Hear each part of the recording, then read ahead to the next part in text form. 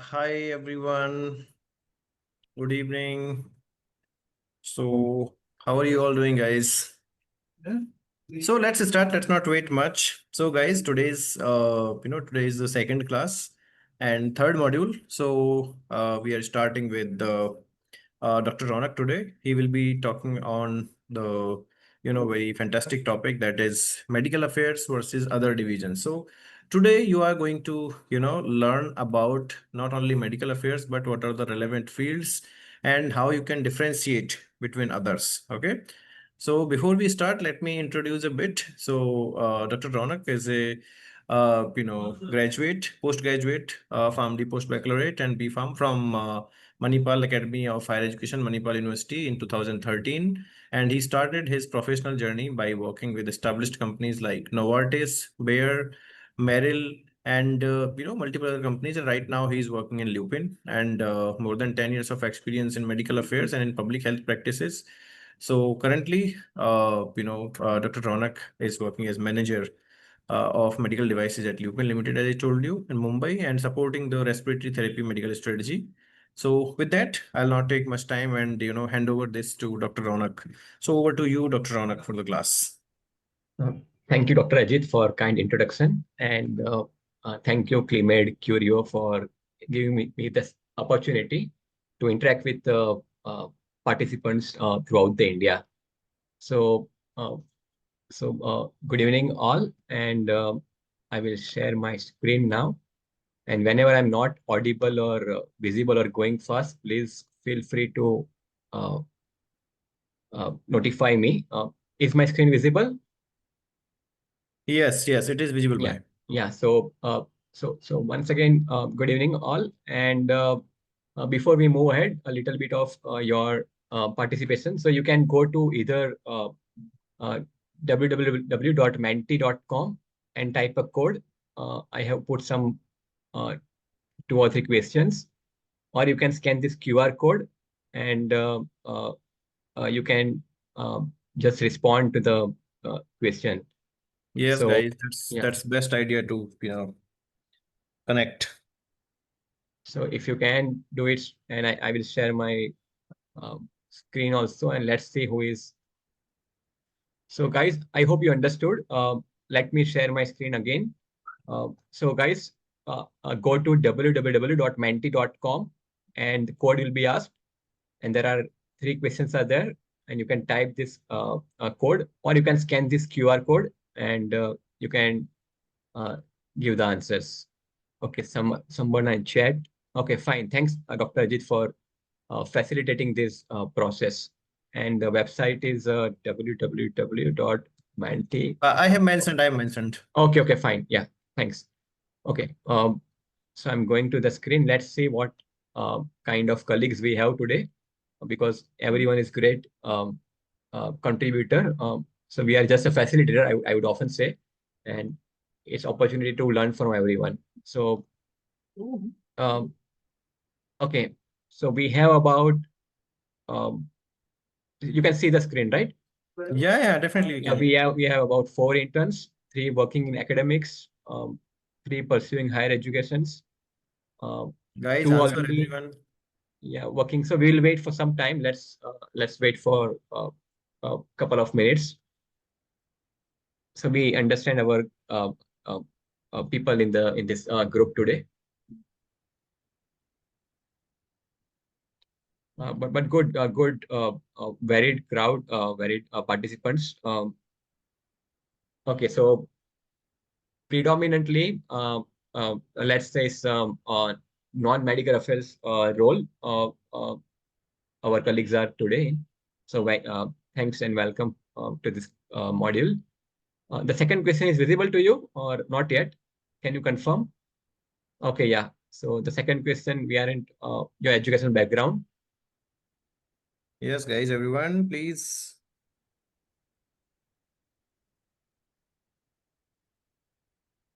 Okay, so we'll wait for maybe again a minute. So in my mobile is 6:38. Let's wait till 6:39.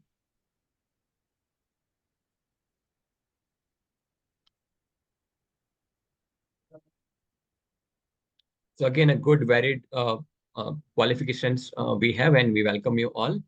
And we will try best that every one of you get something at the end of the day, some take-home message, which will be useful going ahead. Uh, so I'm moving to now. Okay, next thing. Okay, I think we shall cover this the third question later on. Very shortly, we'll take it up. So once again, a very warm welcome to each one of you. As I said, we have uh, about persons only working in a medical affair industry. That's either working in non-medical affair role or academics or studying or intern. We have about a mix of medical farm days, BDS, and other students or other professionals. So welcome you, and so let's start now. Okay. So sharing the screen again. Yeah. So today's topic, once again, thank you, Dr. Ajit, your entire team, who is front-facing, including you as well as the back end, who are helping professionals or students all over India and beyond India in getting up-to-date knowledge on the important topics in vast area. So thank you, and all the best to you. Uh, so my name is Ronak Panwala. I have medical affairs experience in Indian and global MNCs, and but being in India only. And I have been into field-based role, that is MSL, as well as HO-based MA roles, and a bit on public health I have experience. And today's topic, as Dr. Ajit mentioned, is medical affairs versus other divisions. Uh, a disclaimer, very important. All opinions, comments, views, content, whatever I'm going to talk to you is personal or based on references available in public domain. Whatever I say or present or talk or answer is no way the opinion of the company which I am currently working or I have worked in the past. So that is it's a very strong disclaimer on my part. So why compare divisions? So earlier, when the pharmaceutical companies started working, the the basic idea to connect to a medical person from company point of view to just answer medical query. A doctor asks some query, then they will just call up the medical or scientific guy, like the doctor needs some information, just give it off. Or any adverse event happened at that time, the company will help interaction of doctor to the uh, interest of the clinicians to the in-house medical scientific person. That was very way back about when medical person they were looked upon in the industry. But now medical affairs unique propositions is a sits at the crossroads of science and business, maintaining scientific integrity while supporting strategic objectives. So we will deep dive into the big words going ahead. And also, it's not only now about getting to know medically better or doing good only medically better, but there is the regulations and compliance. Very strict laws are there everywhere. Even in India, the way whatever the company talks uh, through their visual aids, their promotional literature, on their websites, or whatever content is being shared by company, it has to be very much medical backed, and even a minor error in any way, if it is non-scientific, non-medical, if even if exaggerated, it's the company can be sued on a very big way. So that's how medical function is not only now just information provider, uh, but a very strategic role as well as very important role in safeguarding companies' interest on multiple fronts. So yeah, this is the last question for today. Which all functions or departments do you or can you think about pertaining to industry? So right now we are talking about different functions, different department in the industry. So let's see what comes in your mind.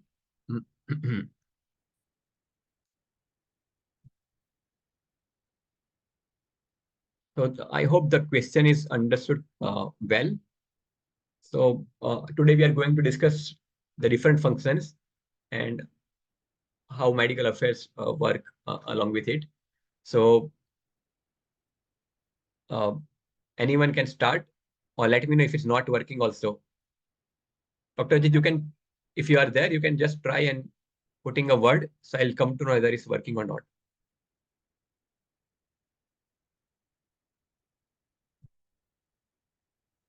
Okay, occupational. Okay. So occupational department. Thanks for giving that response.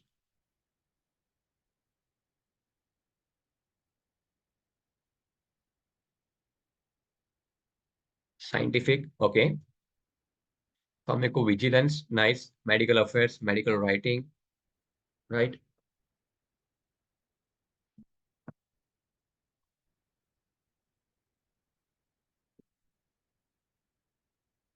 Okay, carry on, carry on. Okay, just a minute, my screen got. You carry on. I'll be able to see the things. But you carry on. Let me share my screen again.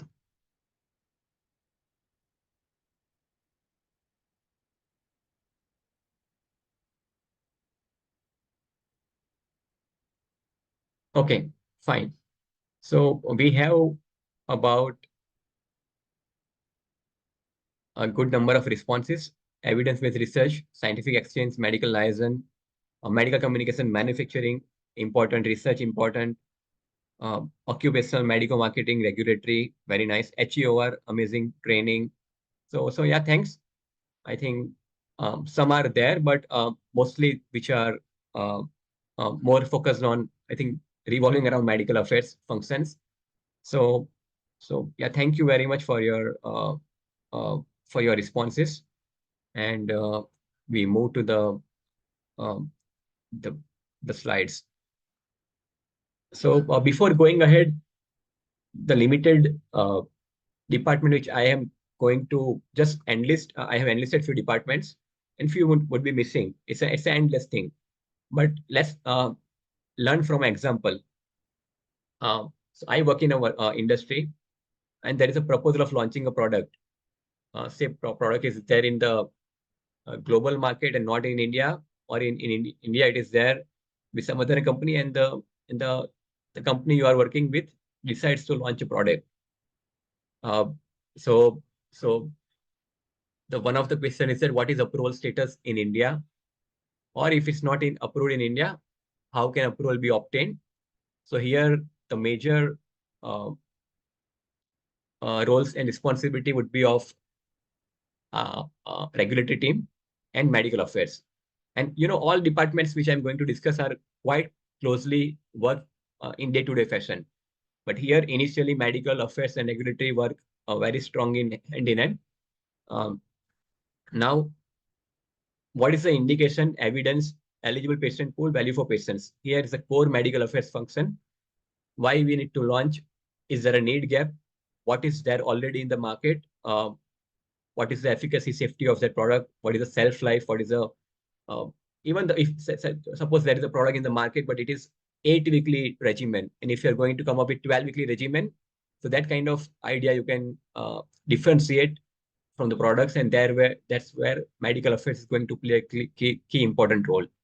So whenever there is a product, so there are multiple products in the market. We know there are some Me Too products also, same class, pantoprazole, raboprazole, and so many in each class in SGLT2 or wherever we say there are multiple products available, and each has unique propositions, each has unique precautions, contraindications, age criteria, comorbidity criteria, CKD, which stage you can give. So accordingly, you can talk to the cross-functional team. This is what medical opinion is about this product. So that's the predominantly medical. This core area is of medical affairs. Um, are there any roadblocks? How to deal with same?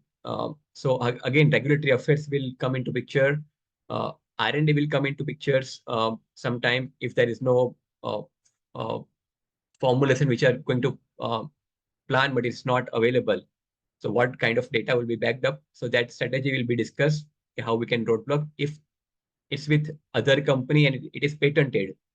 If it is innovator and you are working, suppose generic company, and you want to launch, so you can make a deal with that company on a very high level that business is, that call is taken, and then you can co-market that particular product along with innovator. So whatever is roadblock is there, if you are determined to launch a product, so you find it out what are the challenges um, and how to resolve those challenges. So multiple uh, stakeholders, multiple functions work together and try to work it out. What is business forecast? So again, business development team is there, marketing team is there, strategic team is there. They work on, and there are a lot many publicly or paid data available from IQVIA, SMS Search. There are consulting companies who kind of you give them some information, they will uh, give some projections about what this product can do in first year, in 5 years, in 10 years. So the commercial teams will contact them and they will have some projections for them. Now, suppose the decision is made that you are going to launch it. So how it will be launched? Which all platforms, on which scale, which kind of specialty you want to cover it up initially, which are the marketing strategies are going to involve, what are the key communication point you want to involve, how you want to support that entire product for next 5 years, 10 years down the line. So that is core function of marketing. So marketing is how to launch. You have a lot many specialties. So which specialties you will cover initially, which all congresses you will be present, which messages you will give of that product. Um, so that all and strategies are driven by marketing. So here it is marketing of function of the, or PMT we call, of an industry. How to ensure achieve sales? So you have dedicated sales team. We call MR. Frequently we know a medical representative who are corely responsible for achieving the sales objective, sales target. So that function is that is for that sales team will be formed. How the product will be supplied. So very important, distribution or supply chain team. They are also sitting in corporate office, and they will have sub office, sub regions, and every presence entire India. But overall, so for that you need a good distribution channel, either your in-house or you can liaise with third-party channels. But you need dedicated persons to look after entire supply chain. Continuous support to sales team. So again, training team is there. Some of you have written about training. So yes, training team is very much important. So very briefly, I have covered. I have tried to give you example of which are the functions involved with a very, very basic example. And we'll deep dive into which are the most important functions pertaining to medical affairs. So as we discussed, R&D, especially important for innovator companies, true MNCs, as well as Indian MNCs who are now, so Indian MNCs innovate in a way that either they change the formulation or they are more into FDCs, fixed dose combinations. So fixed dose combinations are not much popular or not so easy to get approval in global markets. India is a pioneer in kind of combining two, three drugs and making a good single pill for better patient compliance. So R&D can have a drug from scratch, nothing, and it can be totally new drug. It can be new formulations. It can be a better shelf-life product, or it can be any other distinct feature. So R&D can get it for you.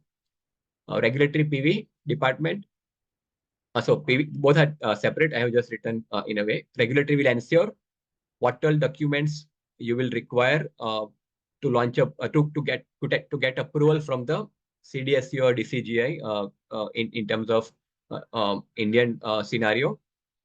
In US it is US FDA. In Europe it is EMA.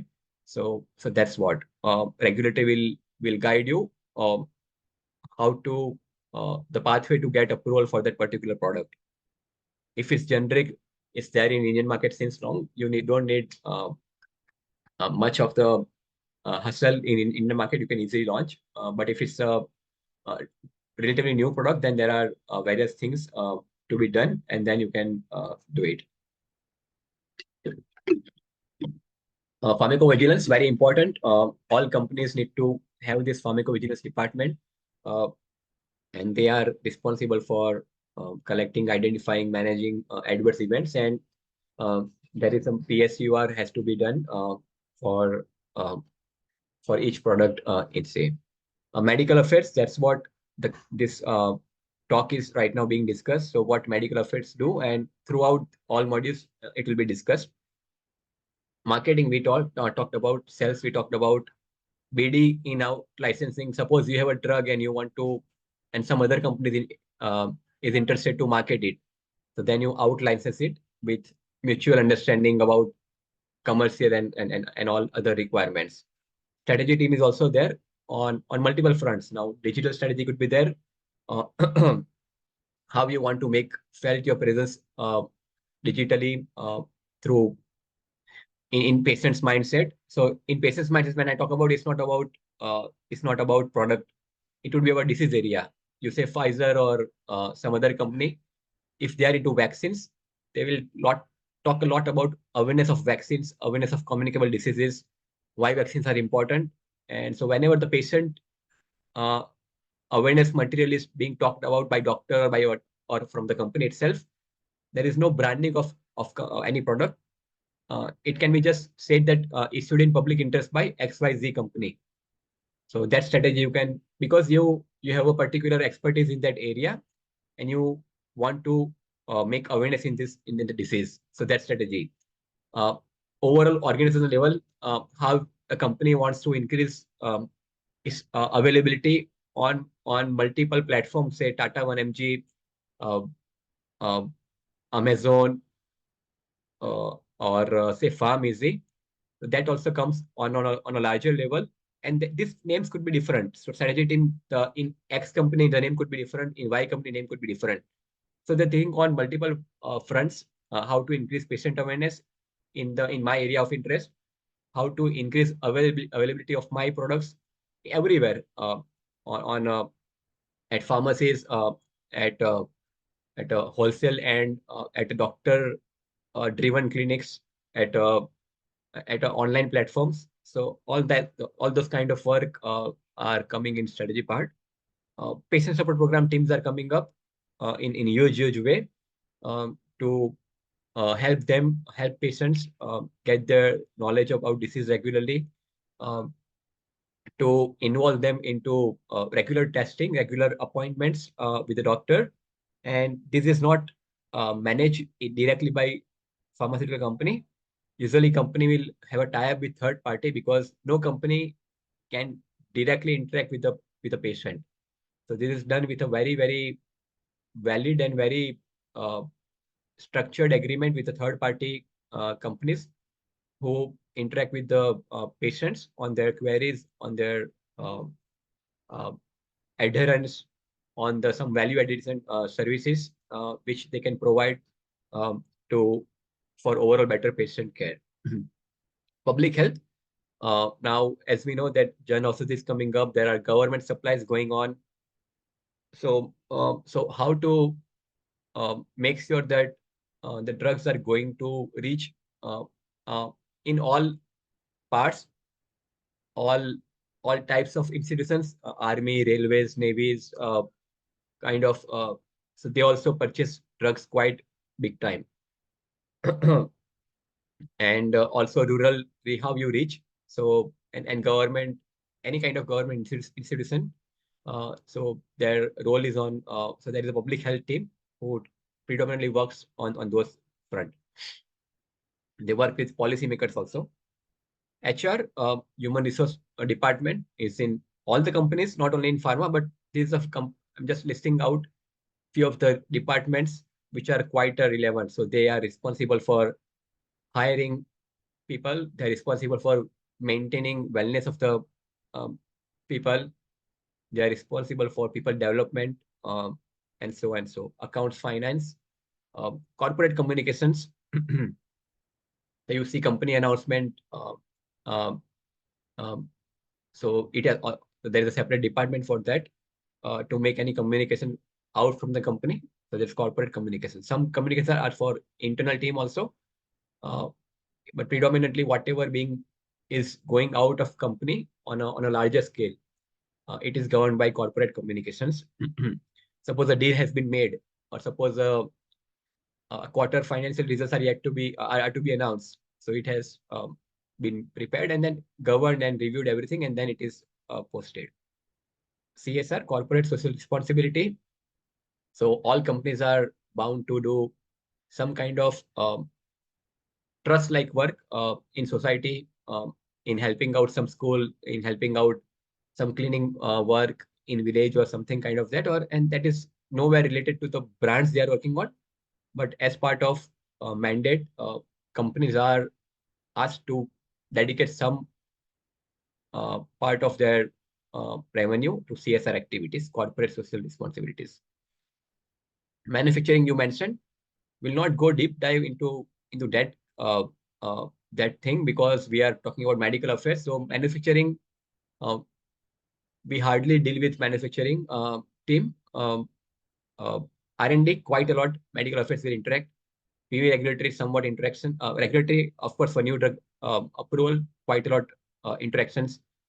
Marketing day in and day out while you are in a corporate company, and sales also a little bit interaction you will have. Patient support program you will have here a bit interaction only. Business ethics and compliance, again, whatever activity is being done by company, it is as per the laws of the law of the country and as per the regulations given by either association of pharmaceutical industry, association of governing bodies, like there is a UCPMP code is there, Unified Code of Pharmaceutical Marketing Practices. So how a company can interact with doctor, how company can do some meetings, some research, when company can pay to a doctor for certain services and when they cannot pay. So all these things are taken care by business ethics and compliance things. So it's not just that company can do anything and everything for the doctor or for anyone. Everything has been now monitored and all records are maintained. So for that, not to miss on any part, not to do any malpractice, even unintentionally, every activity will be reviewed by business ethics and compliance committee. So that's there. Even legal team is there. Intellectual property rights team is there. So, and I admit it's a very few only department I have mentioned.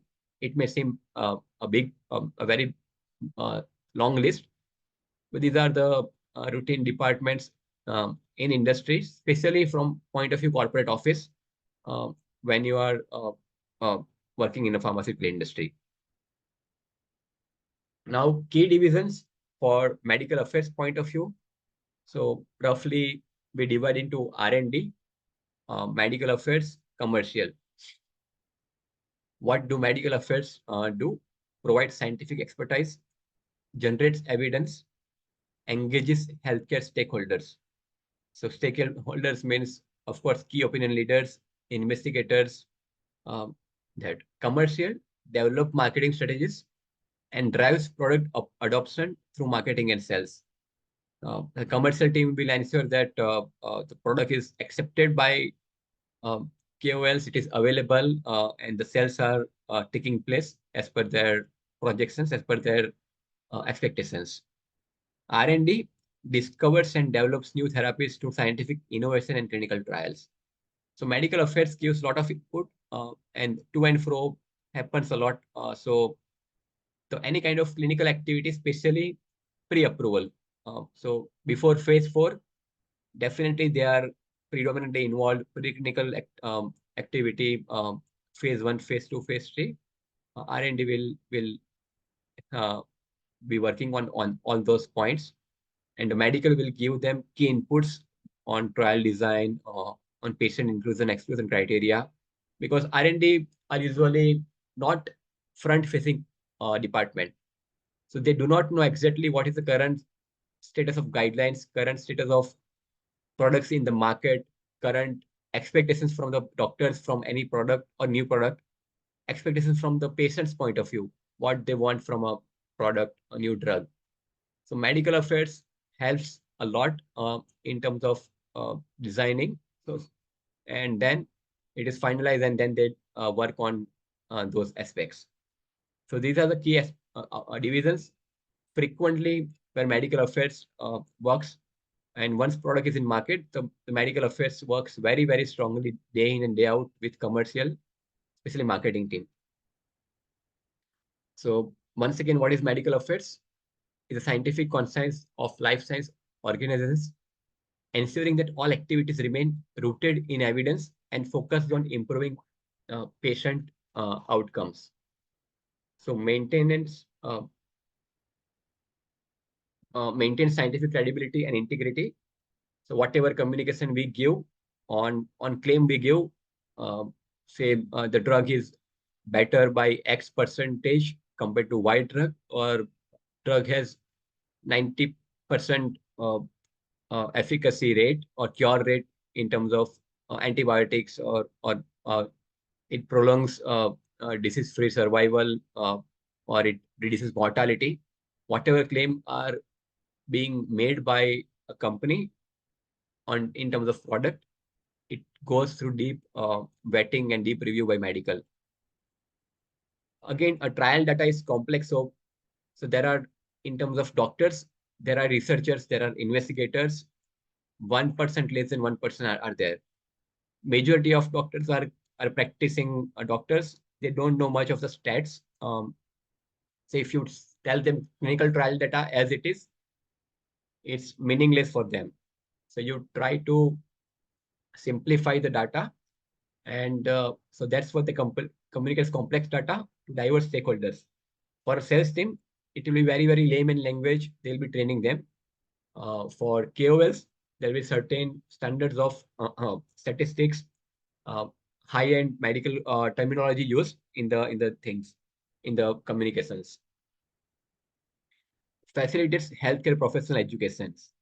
So if you go to PubMed or any search tool, and you just type a drug name, which is there in the market today, you will find thousands of articles in last couple of years. So basically, our guidelines are changing every now and then, every 2 years, some every 3 years, some every yearly. Some things which were relevant yesterday may not be relevant today. So medical affairs designs agenda, designs content, helps in identifying right KOLs and helps in identifying right congress also, right conferences, where to speak about, how to speak about, what to speak about, whom to involve, even in meetings. And some meetings are governed by doctor association. So there is All India Cardiology Association, CSI, Cardiology Society of India. There is Respiratory Association, Diabetes Association, and national, state-wise, region-wise, city-wise, there are Rotary clubs and all.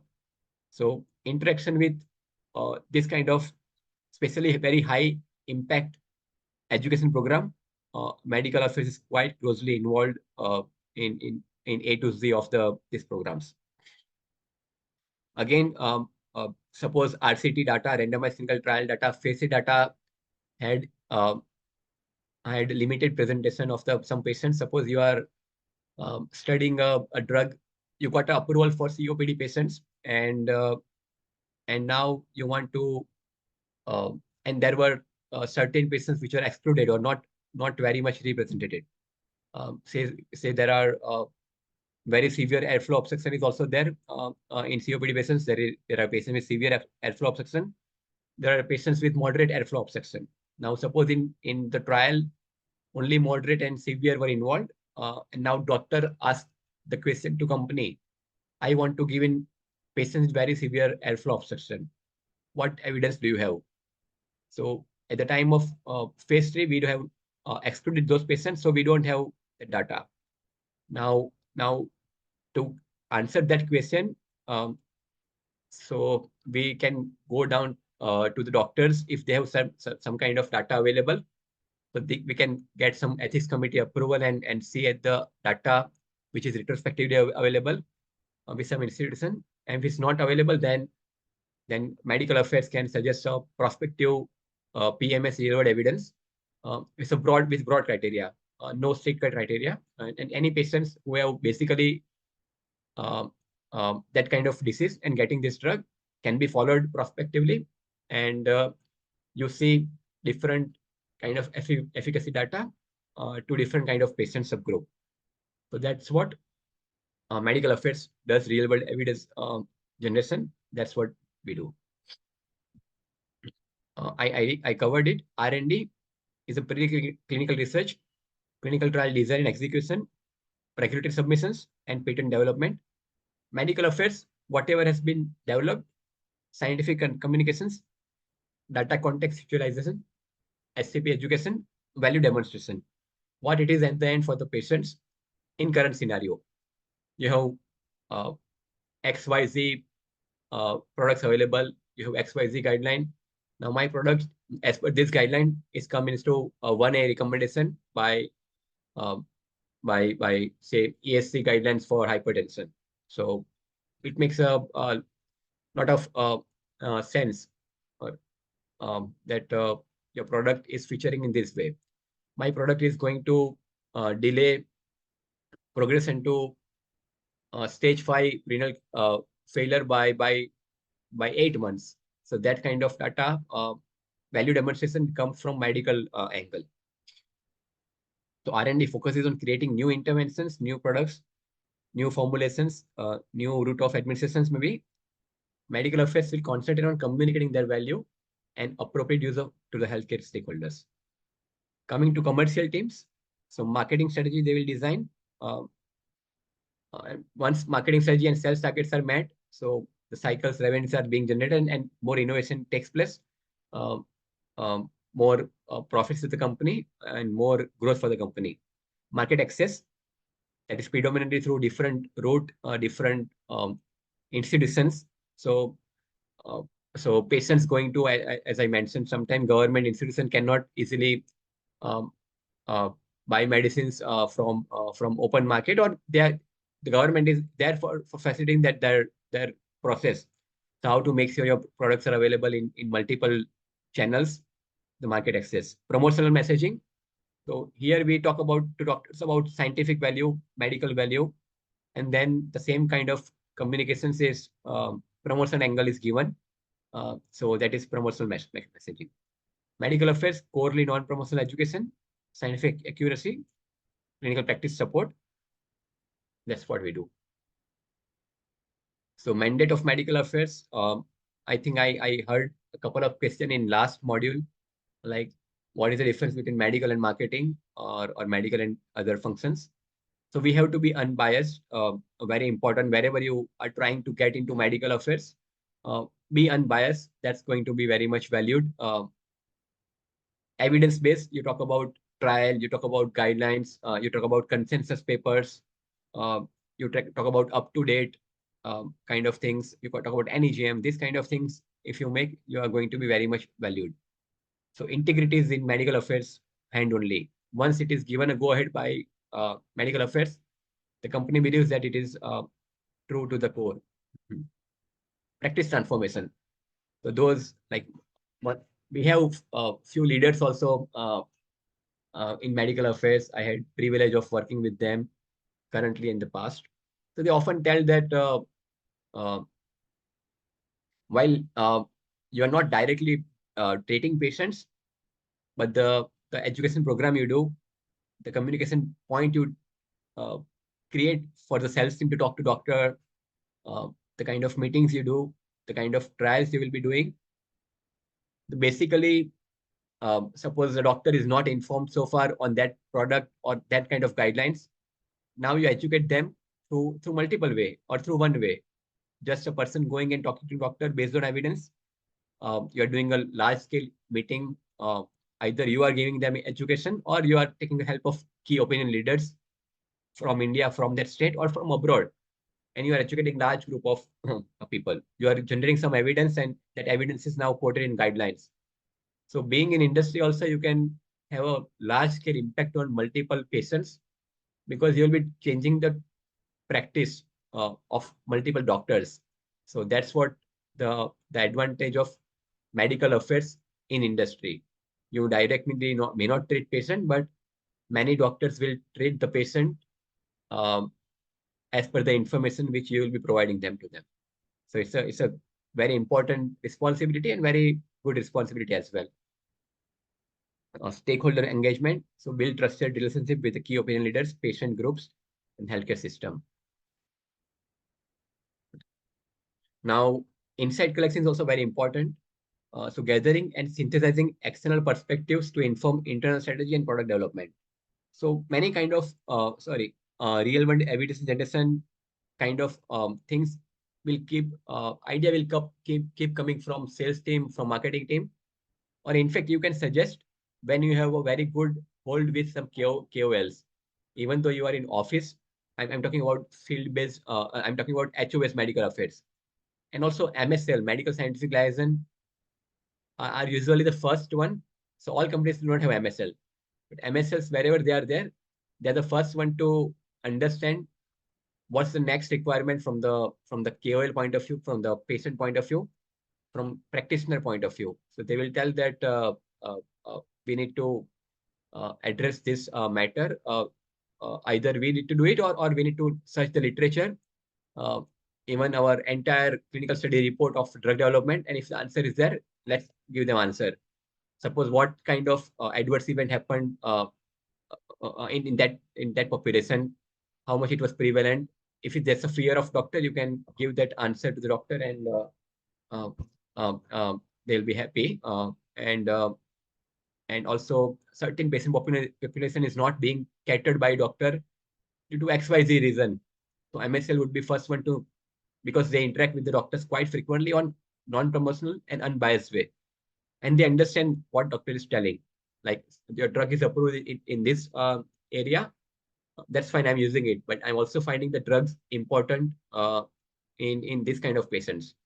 So they will tell either you find it out from your uh, company database or from other institution if you have this kind of data, and if it is coming into your approved statement, you should promote that message on a larger level, because it's really it's helping the patients.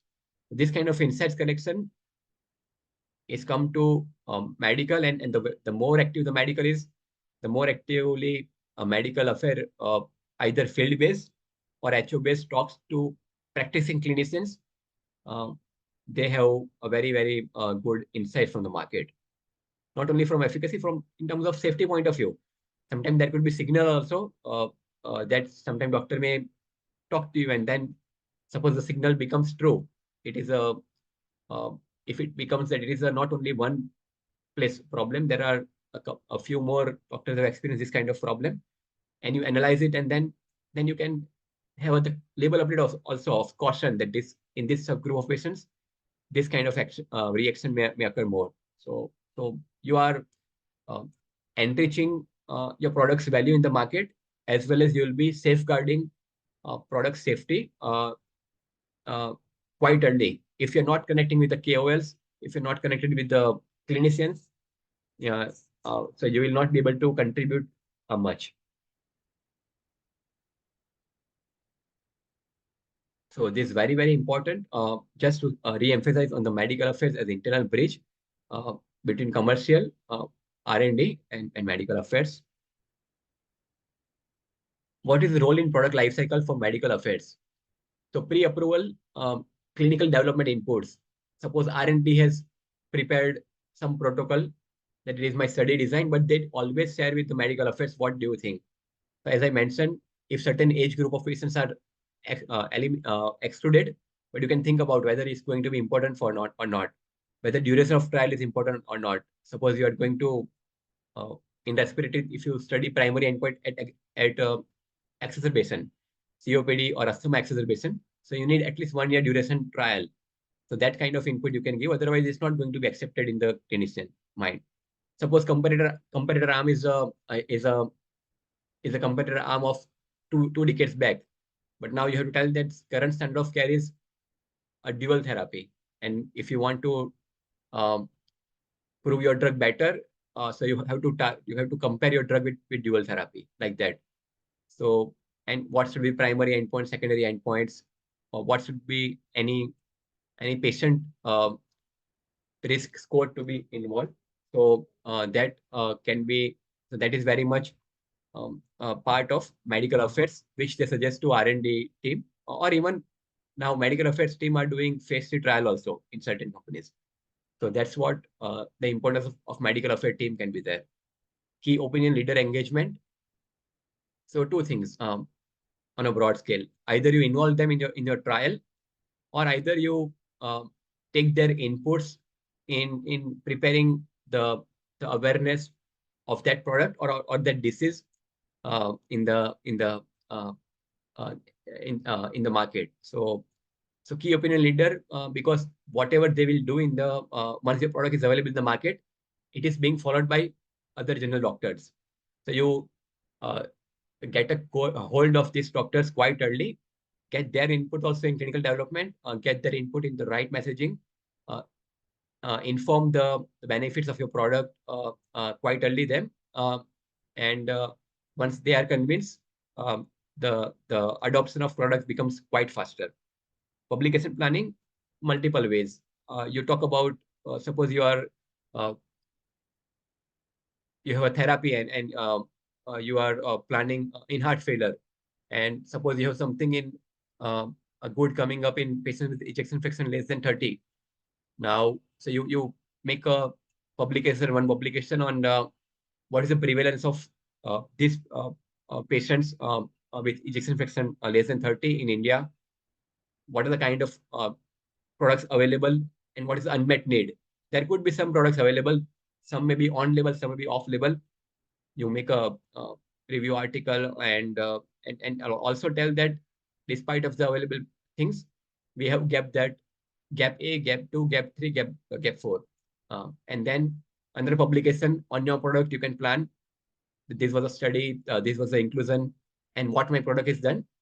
And then you correlate your finding with the unmet needs, and you talk in your product paper is that so far these kind of benefits have not been observed, and this is the first kind of study, first kind of product which is beneficial to the patients. So that's what publication planning, and it's a core medical affairs job. So during pre-approval or pre-launch phase, it's all part of medical strategy. Now launch, healthcare professional education. As I told you, doctors do not know your product well usually, and they are busy in that routine practice. So how you educate about that responsibility, that message is through medical affairs. They design programs, they design visual aid for the sales team. So they give points, and marketing team will make a very nice visual aid out of it, and that goes to the doctor about how this product is useful for which indication, which disease, what benefit it will give. Scientific platform development. Now many companies have multiple scientific platforms, digital, like Curio and Clinimed is having their multiple platforms. This course is one kind of a platform. So companies have their own platforms where they regularly put some articles, put some summaries, put some data on their platform about product, about disease. Also, there are platforms where regular webinar takes place on the company platform. Medical information support, whenever the doctor asks through marketing or through to you directly about anything. So you get get a chance to talk to doctor or answer them. Advisory board management. So very important. Again, as we know, being in this role, the data could be huge. And there could be many things you want to talk to doctor about it, but the advisory board, you take doctor's advice about KOL's advice, how it fits in current practice and in future practice. That's what they would tell you. As a company person, you have done something and you will be happy to tell 50 things, but eventually what is going to be relevant for the patients, for them, they will help you. They will help in even some real world evidence generation protocol you're writing, they will help. Okay, include this thing, include that, exclude that, not required.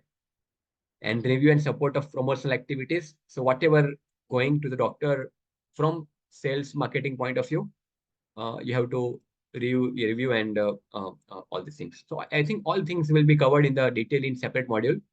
And post approval, ongoing educational programs, treatment guideline advocacy. If your product is not there, you work with the bodies and see if you have data to influence the guidelines, making bodies in unbiased way. If there is a solid case for your product, it can be there in the guideline. And life cycle management support. In terms of what is the responsibility from regulatory domain.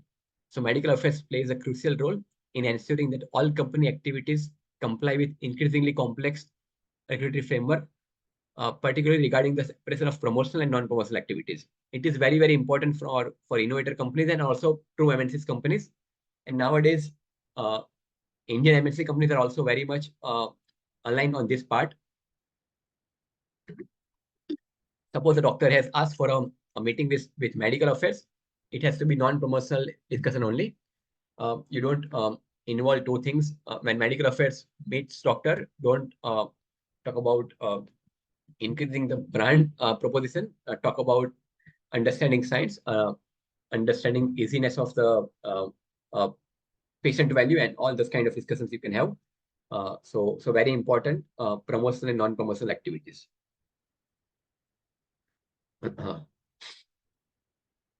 Now, a very, very brief about MA and MSL. There will be so establishes strategic direction, develops evidence-based plans, and creates scientific platform for the organization. MSL are field-based scientific experts who engage directly with healthcare professionals to provide education and gather insights. So it's a very, very important both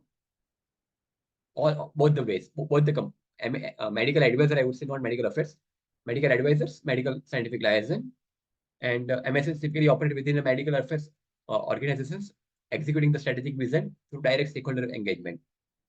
So that's the minimum talk about right now, MSL MA.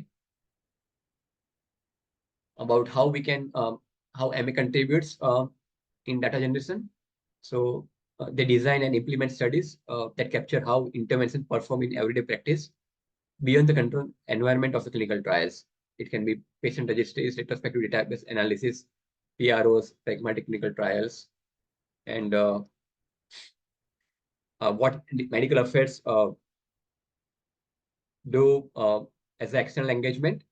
So our few example is that we present data in scientific symposia, either directly MSL or MA presence, or through a KOL, it can be, or through investigator, it can be presented. We moderate and conduct advisory board meetings, and we are part of some patient advocacy group only on to understand their unmet need, their perception of the disease. Accordingly, we can give insights to our internal stakeholders. We have covered a lot about it. So commercial division activity limitations.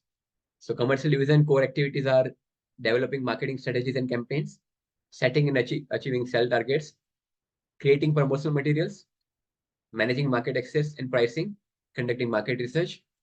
Limitations, they cannot talk about, promote is a inappropriate word.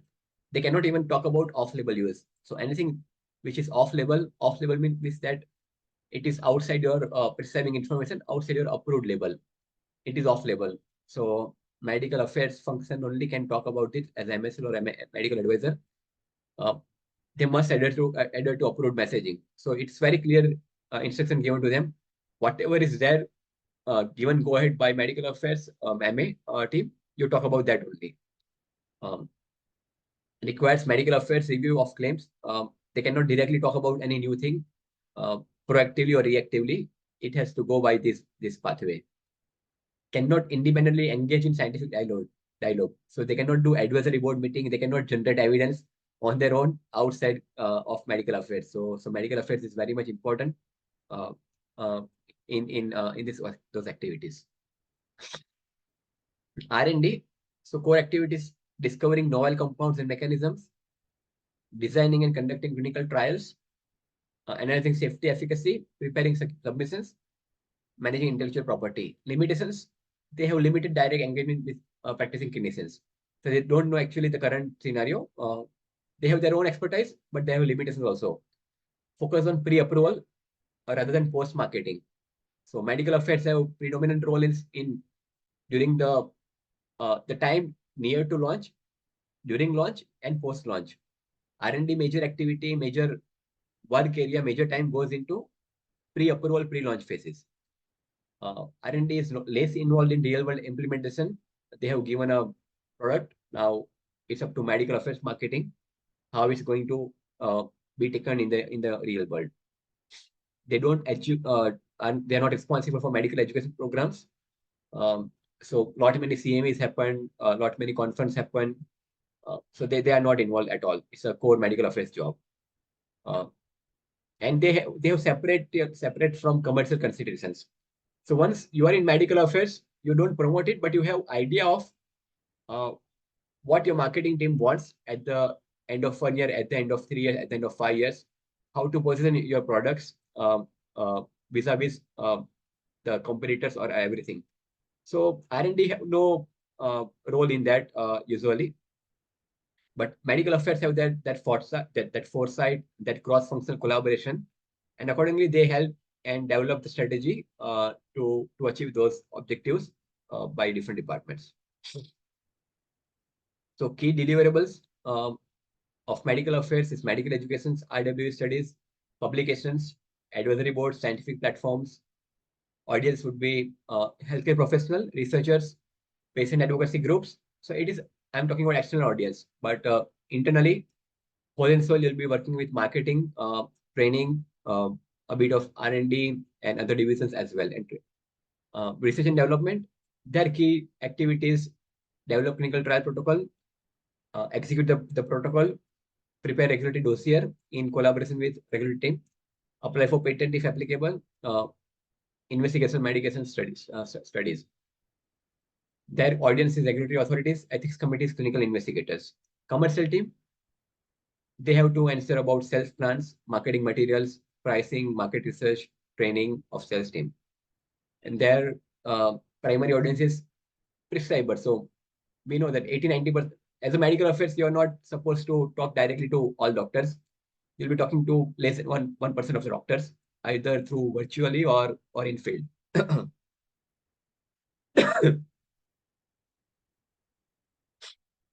How does R&D impact on patient outcomes? So they develop new treatment options. Medical affairs ensures appropriate use through education, guideline influence, and delivered evidence. Commercial drives access through multiple platforms.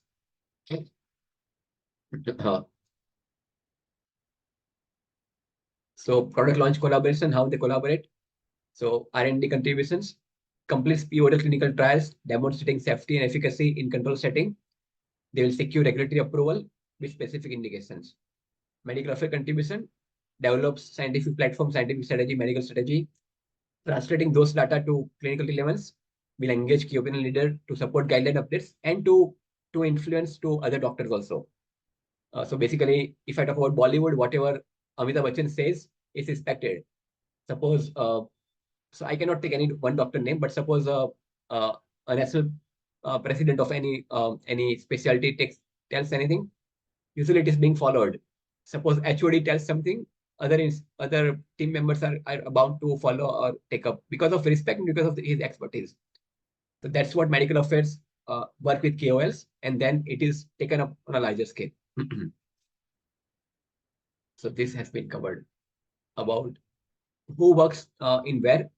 So commercial team, you will have usually MBA, business or marketing degree. R&D would be PhD, MD, or specialized scientific degree. Medical affairs, MD, PharmD, PhD, or advanced scientific degree. How do our success can be measured? So whatever product you have made, whatever communication you have made, whatever scientific program you have made, if 90% of doctors are satisfied, and just example, so it means that you have done your work well. your benefits of the products are well known to the doctor now, and they have understood mechanism, place in therapy, the how to utilize the product in the practice routinely, and what benefit is to the patient. These numbers don't go with these numbers. This is just example. But ICP satisfaction and helping marketing team is very important. How many publications can you are doing, because it also makes impact. So that can be also success criteria of medical affairs. How many whatever work you are doing, how many those trials have been quoted in guidelines. So that is a measure of success. So basically, the function of medical affairs has evolved significantly from support function to strategic pillar, and they are ownership, taking ownership in patient journey, digital engagement, and cross-functional leadership. So I'm just telling that again. I started in the initially that initially medical person was called when a doctor wanted some information, or there has some adverse event happened. Right now, medical is involved in right from whether to launch or not, how to launch, what kind of medical activity they'll be doing, what kind of medical support they require. Now, medicals also are being upgraded. So right now, earlier, the focus was on only on marketing team development or sales team development. Now, industries are focusing on medical affairs development also, medical affairs tools, uh, courses for them, and giving them all kind of support so that they can collaborate better, they can help the organization better. So right talent is there, right talent is developed, right skills are nurtured, right technology they have within the company. Sorry for the bad throat. So medical affairs is evolving at a very rapid pace, and now it is a core part of a company. It was not just a as needed part. They're involved in all the aspects now. So the trend will be evolved in future as well. And so conclusion, unique value of medical affairs, scientific stewardship ensures that all activities across the organization remain grounded in robust evidence and focus on patient benefit. External voice represents the scientific face of the organizations to the medical community with credibility and integrity. And their partner to business, their partner to marketing, their partner to BD and licensing team, and their partner to very much core function of the leadership team of the company. So now even medical affairs are, so all companies have a very close group leadership team. Initially, there was only sales or marketing team involved. Now medical affairs is also part of that leadership team. And that's how the companies are looking at the contribution from medical affairs. So thank you so far. And now, so sorry for the lot of time which I have taken, and we can interact now.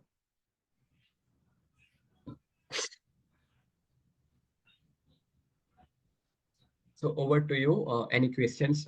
You can type or. Hello. Hi. Sir, Yeah. this is Alina from the other side.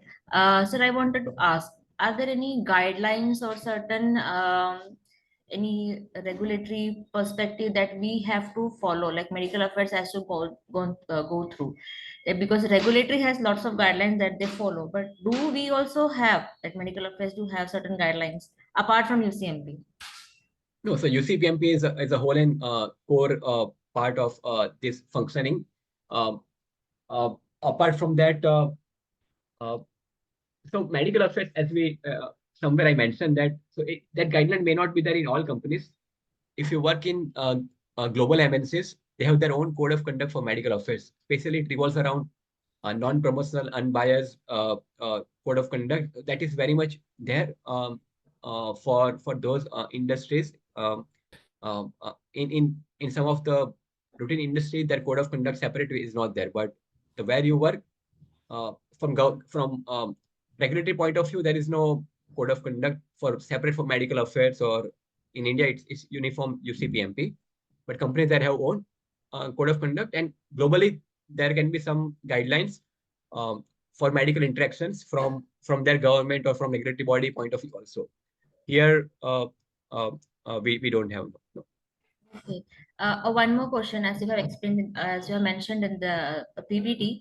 regarding the suppose if one kind of a drug is there and it is promoted for this kind of an indication, and if the doctor sees that this drug is also useful in some kind of indication also. So and then after that you have also mentioned that we cannot promote the off-label indications.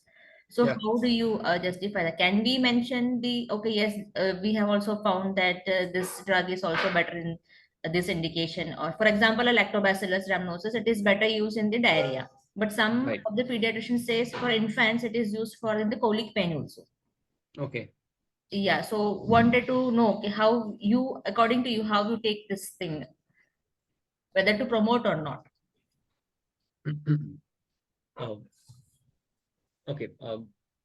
So it depends on the prescribing information also. So if it's there as an excluded criteria in your studies, I'm just giving one example, or if it is was given a contraindication, then definitely no. Now, off-label, if I can say about say tiotrop, if I'm into about respiratory, so you can supplement if you have enough data.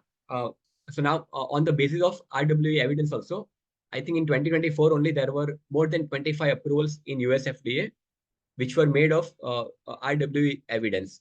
So you generate evidence or you find out evidence and you supplement this evidence to the regulatory authority for the review. Once they give a go ahead, once the label indication is expanded, you can use it. So the two things so one thing is about off label and on label. Other thing which I talked about maybe is that you have approval in COPD. Your label does not say that is the only patients with moderate airflow obstruction should be treated. Even in trial, you might have studied only patients with moderate airflow obstruction, but your approved statement does not limit like NYHA1 or NYHA2 patients. Now, the role of medical officer will come again. It will come is that if there is some kind of data is also available, even you don't go to regulatory authority, you publish it, and then you can tell that in grade 4 or NYHA3, the drug's effect was this. If the regulatory authority has given only NYHA2, then you cannot promote in NYHA3 without regulatory approval. But the approval was broad. Now doctor has no confidence because that kind of data was not earlier available. But you see the data availability and then you analyze it and you present it, you publish it, then you can definitely include in your communication point that this drug is useful in this category of patients also. So there is one thing about off-label, on-label, and within on-label, certain things are known from phase 3, certain things come to know from the real-world evidence generation or real-world practice, and then you can put in your communication messaging. Okay, I hope so I have given yes, so some. I understand that. So when if data is available, yes, we can take the approval from the regulatory, or else we have to publish. Then we can talk about. We cannot say that based on 2-3 doctor insights. So no, we cannot do it. Yeah. Understood. Thank you, sir. But if it is clear off label, but even though data is available, you have to first get regulatory approval. Then you can promote. Okay. Okay. Yeah. Okay. I'll come to you, Abhinash. So couple of questions from chat box. Doctors can also collect data and access sources like PubMed or other scientific database. Why is the role of medical affairs necessary in pharmaceutical companies? So, Brunali, one thing again, a lot many data available. Doctor is busy in practice. There are some data, but medical affairs role is not just to give answer to the question. Now, you are in industry. You are like suppose you are in medical affairs industry. You are not only involved for that answering doctor's query. You are part of drug development. You are part of launch. You are part of advisory board meeting. You are part of publications. So that's what we covered a lot more about what medical affairs does. About answering query also, I can tell you, even though it is a quite well-known things, doctors do ask, and then you need a medical affair person. So that's what my thing. I'll take one question, one more, Dr. Ankita Rao, then we'll go to Abhines and then Dr. Sangam. Two questions. How do you identify KOL in our area? So in our area means, Ankita, you can, since we are asked to simplify complex data to KOLs, do we MA should be thorough in statistics, or is there any separate team to handle this? Okay, so Ankita, first thing is about say how to identify right KOLs. Uh, so you have national bodies, you have state bodies of doctors of their specialty. Identify you study their skill set, you know their fellowships, you know their publications, you know them part of consensus building team.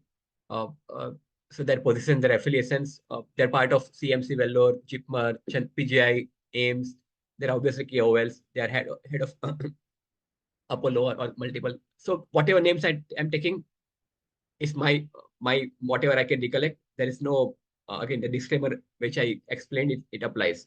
So that's what you can identify KOL. And since we are to simplify complex data to KOLs, MA should have a very good understanding of not very detailed, but a good understanding of clinical trial statistics parts. So that should be not a very much detail, because but clinical trial, basically whatever uh, uh, endpoints are being talked about, they should be thoroughly uh, um, knowing those statistical part. Yeah, Abhinesh, you can unmute and ask. Good evening, sir. This is Binesh. First of all, thank you for the engaging presentation. So I have a couple of questions from my side. The first questions will be, as the core function of the medical affairs department is to promote the scientific education, is to educate the healthcare professionals about the scientific concept of their products. I want to understand whether the companies are expecting us to also promote their business strategies. And if so, we are expected. How do we maintain a balance between the maintaining the scientific and integrity and business strategies? So business strategy also is now cannot go out of the context. There can be marketing flavor, business flavor, but whatever program they will do, we work very closely with medical affairs, and marketing work very closely with them. So marketing are also involved in SCB education conferences. So usually they decide budget, they decide the number of topics to be discussed and all. So and the communication point they create, visual aids and all. So that's also medical marketing strategy. But that comes points you can contribute there, and you can uh, suggest them, and then whatever also finally how they are represented, it goes through you only. Whatever communication going to them, to doctor, either from sales, from marketing, from medical, you are whole and so responsible for maintaining correct interpretation, medical value, the right accuracy of the statements. So that is again your responsibility, and you uh, have to help them in telling the science in effective way. Also, we cannot tell always the complex science into complex way, because many doctors do not understand or don't have time to go through the multiple paragraphs, even if you mention lines. So typically, marketing person, salesperson will get 32 seconds to 1 minute, and in that he has to communicate to all doctors. PubMed is there, publications are there. Typically, less than 1% of doctors goes through all kind of these things. For them, the kind of knowledge is based on CMEs happening in their cities, based on person who is coming from the company and telling them. That's the main thing. So you have to work with your sales team, work with marketing team, and co-create communication points which are going to the larger audience.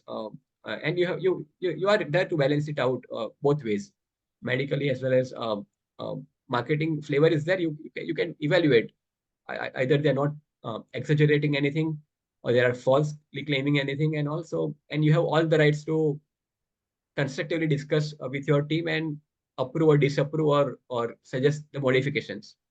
So it's a responsibility with you, and you have to do it. Yeah. Thank you, sir. Thank you. And I have one more question as well. So, as you have explained about the different departments within the pharmaceutical company, I wanted to know whether the medical affairs department is limited only to pharmaceutical and manufacturing companies. Because as far as I have researched, I have seen job postings related to medical science liaisons or medical advisors almost only from pharmaceutical manufacturing companies. So I wanted to know whether the entire medical affairs department is limited to manufacturing, or other companies like consultancies or CROs also have a department related to medical affairs.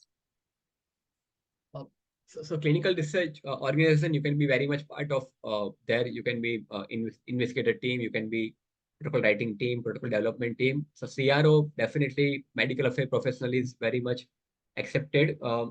Consultancy also, lot many. So now I'm talking about other thing. So whatever functions are being done within industry, that even marketing functions are being supported by some medical marketing communication agencies. So there are companies who offer, so sometimes there is there is no enough manpower within company. So some aspects are given to the Madcom agencies company or marketing agencies company, who create or who give strategy, who give medical pointers, who give marketing pointers. So there are some Madcom agencies who have medical affairs special person also, and who have marketeer also, and they cater to multiple companies. Their knowledge and their expertise, their insights, and their competitiveness. They work with different companies and help them out to provide best value to the of their products to the doctors. There are HEOR companies coming up. There are medical writing companies coming up. Cactus, they're already there in the market, so they easily accept medical affairs functions persons also. So there are multiple roles which we know and which we don't know, but the field is vast, and the TCS kind of cognizant. They have medical reviewer jobs. They have certain jobs. They are also into trial management part, so data management. So on a different kind of levels, you can. There are systematic reviews and meta-analysis required in multiple ways. You can be part of that kind of roles with addition of certain skill sets. So predominantly medical advisor, medical scientific liaison title will be within pharmaceutical companies, but the skill set which we have, the knowledge which we have is being utilized across multiple formats, not only within pharmaceutical industry. Thank you, sir. Thank you. That Yeah. sounds promising. Now I don't see any further hands raised. So Good evening, sir. oh, sorry, there are many. Tariq, Vijay Shankar, Megha. Yeah, sorry, who is that? Megha? Okay. Good evening, sir. I wanted to, I had one question, sir. Yeah. I have done my MSc in medical pharmacology. So I wanted to know that, are we eligible to get into medical affairs? Because what I have heard till now is only PharmD, MBBS, MDs, those are eligible for medical affairs. Like I have heard regarding this. So I wanted to know about this one, sir. So I am also not a very right person, because I don't decide the eligibility criteria for the. But in certain countries, this MSc medical pharmacology degree is also open for multiple jobs. In India also, if we take medical affairs as a broad term, especially the relevant to last questions, other than pharmaceutical industry, there are a lot many things which I think this qualification can be helpful. So for the title of MA, MSL, the preference could be for MD, MBBS, PharmD, MDS, homeopathy doctors, Ayurveda doctors. So that's my first thing, but that should not be any disheartening to anyone. I think there are certain companies may offer internship also, and if they're open to giving the internship to these degrees, and then so at the time of internship, you can just ask them before joining, like what is the expectation and what is the after internship. So if there is a bridging gap available, so in India also you can have some kind of roles, but But my take is that medical affair work does not only happen in pharmaceutical industry. There are external ways also which you can contribute to this medical affairs role. Medical writing, medical affairs, clinical research, medical writing, PV, lot many domains, HEOR, many things come in this domain, and one can work outside industry also through other companies. Thank you, sir. Yeah, Dr. Sangam, your hand is raised.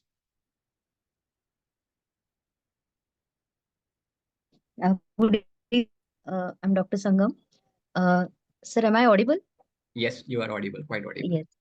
Sir, I wanted to know if, since stakeholder engagement is one of the key functions of medical advisor, you said that we can identify KOLs as who work as primarily as HODs or who are experts in those therapeutic areas.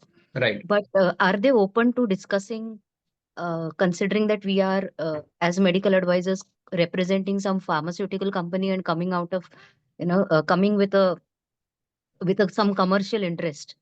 So how do you approach KOLs? Like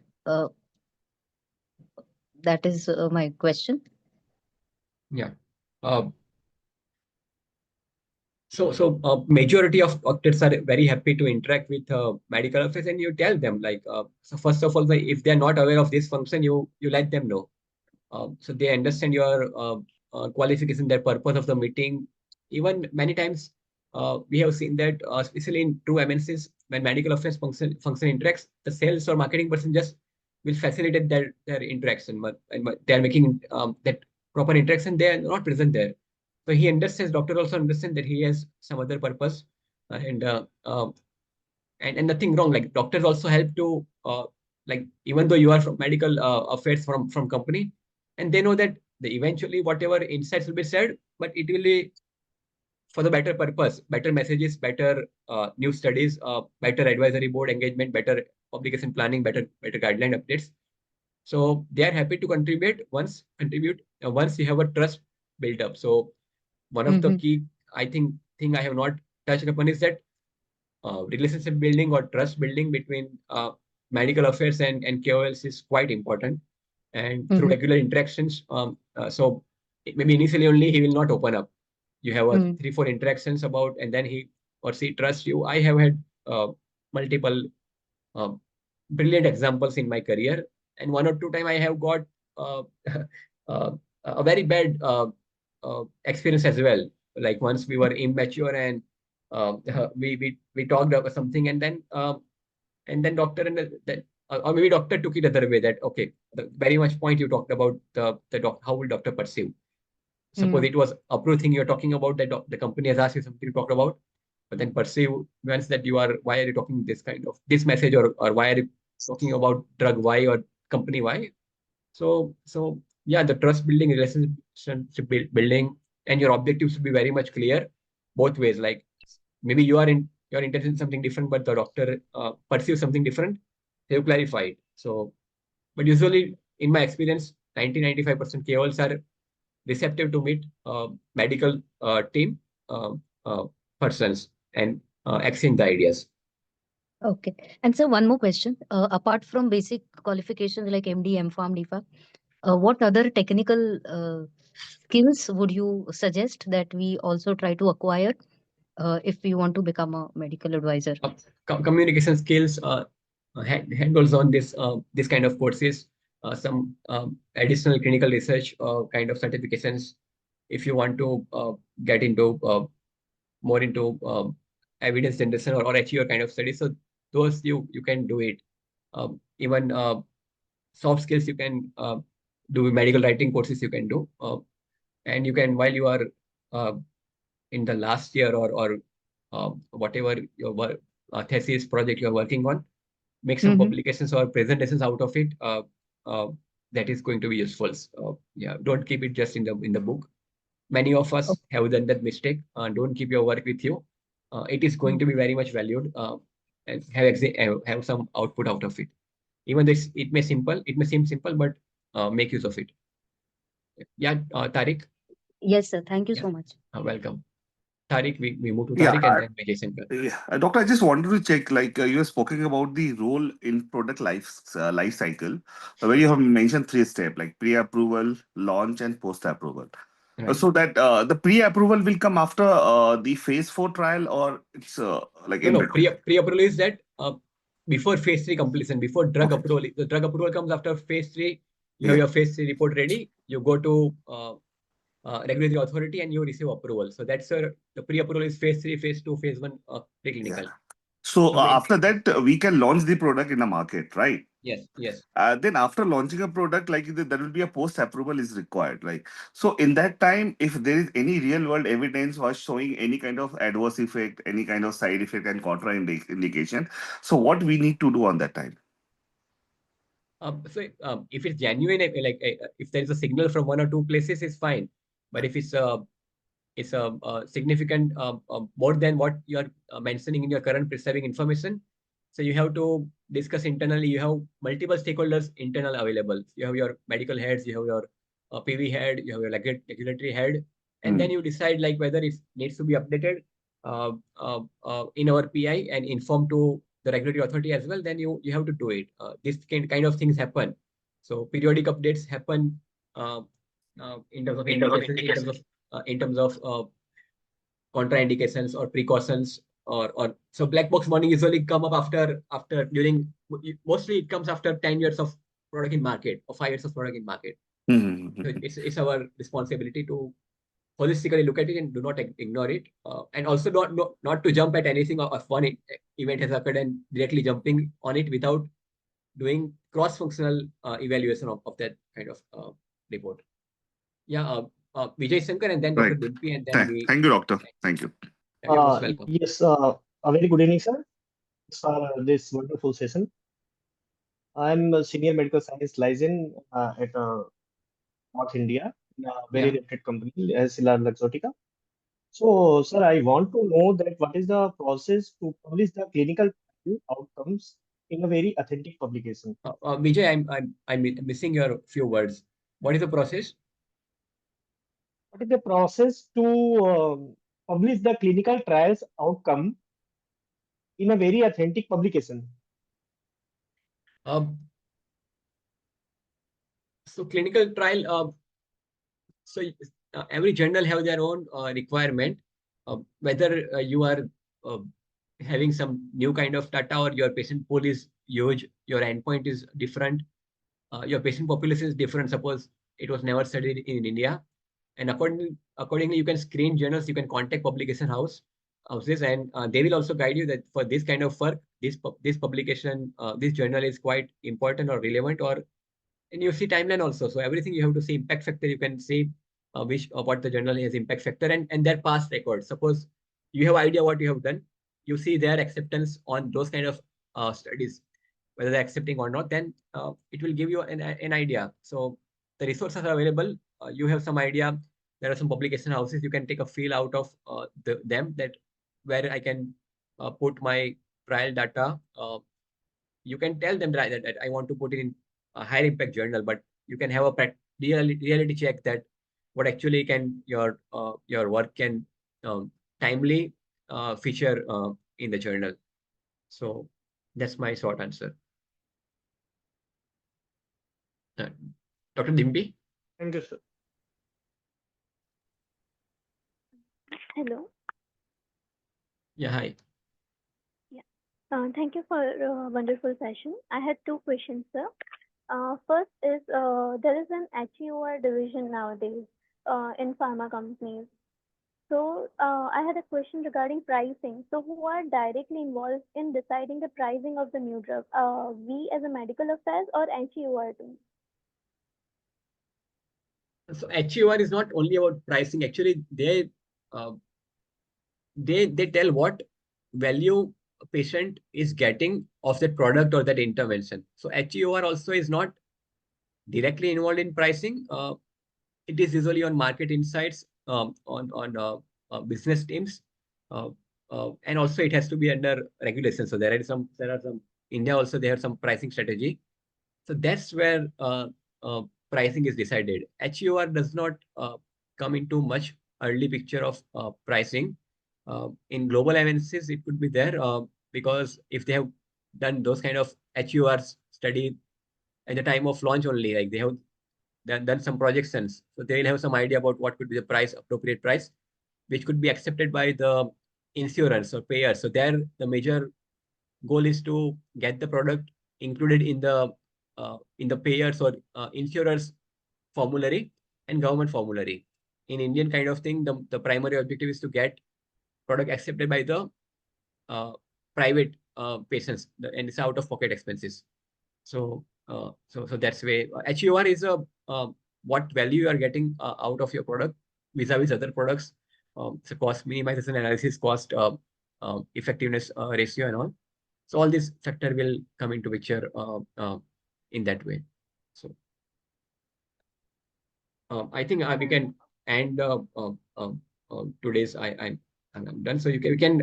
I have some other appointment. I'm sorry for not being able to take further questions, but I think we will interact subsequently going ahead. And I'm sorry. I hope you got something today out of this session. So thank you once again for everyone. Thank you, Pre-Med Curio. Thank you all the active participants. And we will make sure that your questions are received and we will try to address it subsequently. Thank you. Thank you so much, doctor. Thank you so much, doctor. Thank you, sir. Thank you.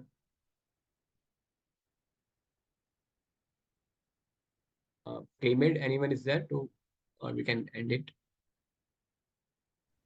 Yes, sir. Okay, so yeah, Yes, sir, we can end it. Thank you so much for Thank you your very session today, sir. Thank you so much. Thank I think you were patiently answering all the No, no. questions. It was a that's fine. long No, that's fine. Q&A. Yeah. Thank you. Thank you so much, sir. Thank you, everyone. Thank you. See.